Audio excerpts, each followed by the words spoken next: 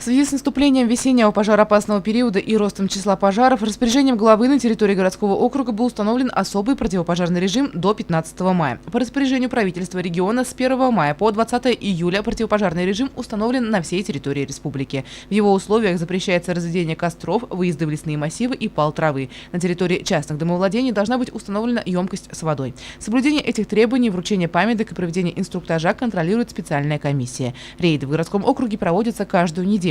Очередной такой состоялся в поселке Туаляс, где нарушения градостроительного законодательства и пожарных требований видны сразу.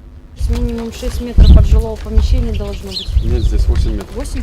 Здесь 8, потому что здание как бы кирпичное, а штукатурено, то есть не сгораемое, а сгораемое в пятой степени огнестойкости 8 метров должно быть.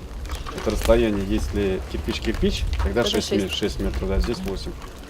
А если дерево, то там 15 метров должно быть. Рядом стоящая баня горела 24 апреля, но выводов жильцы двухэтажки не сделали. Здесь проживает 8 семей, 4 из которых ведут асоциальный образ жизни. Кроме того, что нет подъездных путей для пожарной машины, так они стали закрыты возведенными хозпостройками. Меры в отношении сложившейся ситуации будут предприниматься. Комиссия посетила и фермерское хозяйство, где также был выявлен ряд нарушений. Есть фермеры от организации «Сибайский элеватор» Ситна, где расположен у них конный двор.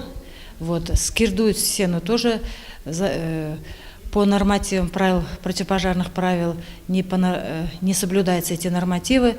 Вот, им также устное предупреждение сделали, решение до них тоже будет доведено.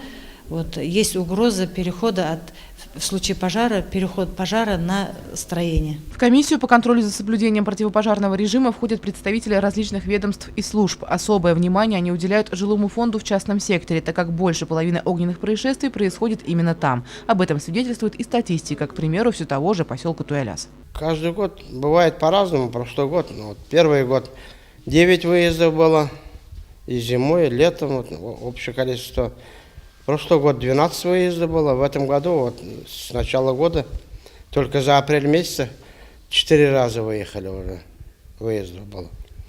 В основном это трава, пал, и конец апреля баня. Противопожарные рейды будут проводиться и далее. Каждый четверг комиссия выезжает в поселке Спутники. Не останутся без внимания и коллективные сады. Еще одна главная боль экстренных служб – детские шалости с огнем.